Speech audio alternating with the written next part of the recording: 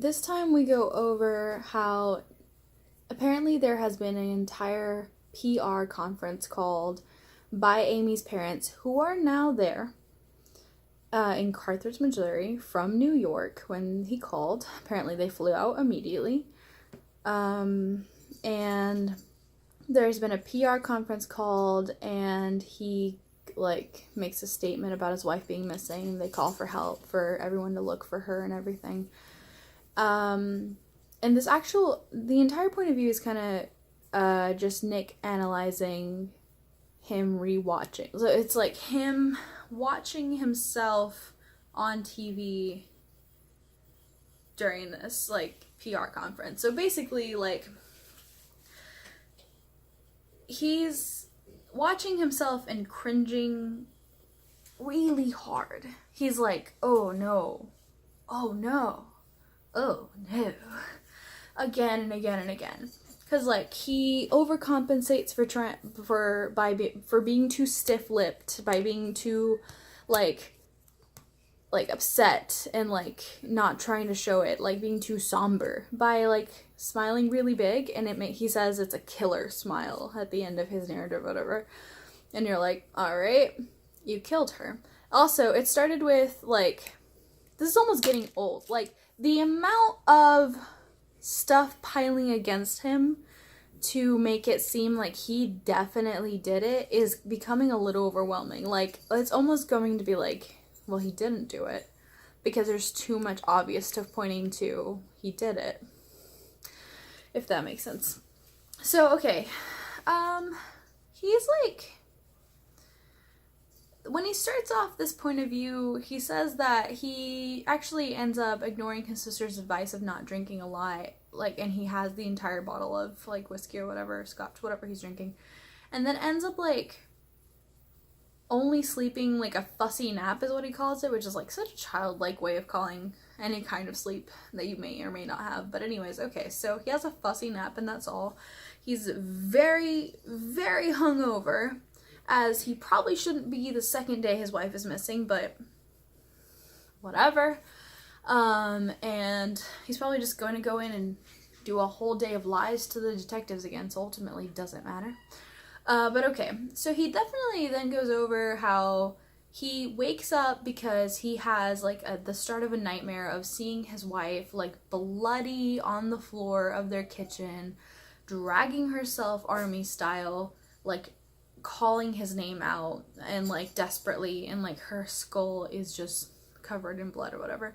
And that's the thing about all of this is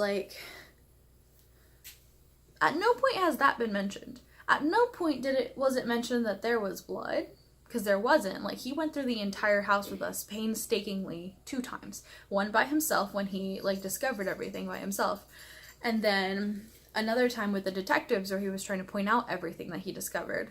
And at no point did anyone say there was blood. There was no blood anywhere. And he's like, oh yeah, her dragging her bloodiness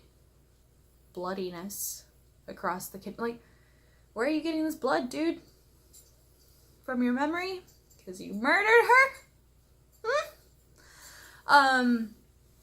Then again, he mentions at another point how he's definitely not good at handling women's anger again, and how Amy can definitely tell you about that, and you're like, yeah, because you were abusive and murderous. And then how he's having trouble handling Rand. Rand is Amy's father, so it's Mary Beth and Rand, 2 very old-timey names, who are Amy's parents. And when they get there, apparently, like I said before, hella soulmates. Oh my god, meant for each other. So when they get there, they're literally holding each other in the police station, just crying. And Rand, the father, tries to hold Nick and sob cries and says, we're gonna find her, Nick. It's the last thing we do. We're gonna find her. So Nick is so uncomfortable. It's so uncomfortable, it's almost palpable. Yeah. Which just means you can feel it, you can touch it in the air. Just reading it, you're ugh. So Nick is so uncomfortable with femininity, it hurts It hurts so much because you're like, how were you ever married to a woman? He seems like one of those men who you wonder if they would be better off marrying a man, not because they're gay and not because they would particularly enjoy the male sex in any way, shape, or form, but because they are so uncomfortable with women. Like, maybe those dudes who would be better off having a roommate for the rest of their lives. And that's it. But okay. So he's super uncomfortable.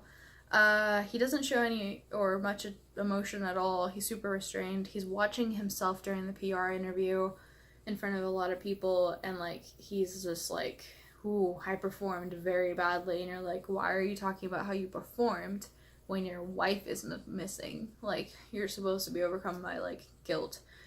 I mean, not guilt, I guess, it's just like worry. Like I said, it's just getting to be a bit much. Like, it's being ladled on very thickly. The fact that he could have very possibly did it. Like, at this point, you're like, it's becoming garish almost. Like, what I mean to say by that is, like, it's becoming a little painful to read how very obvious it is that he did it.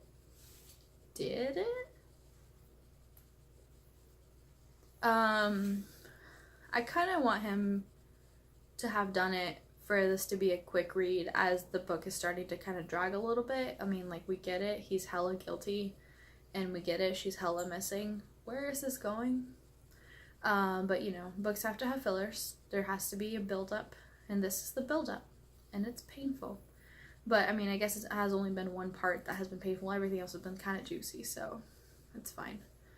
Hopefully it'll pick back up again. We're about to dive back into Amy. Hopefully it'll be like a actually real journal entry instead of a I'm perfect and great and lovely and my marriage is the best marriage that's ever marriaged. So, yeah. So he's watching himself. He's upset. There was a PR conference, which seems excessive. Like, she's not a super important person. Why are they holding a PR conference? Whatever. So yeah. That's probably going to be it for me for reading for the night. As enticing as this feels like a good stopping point because,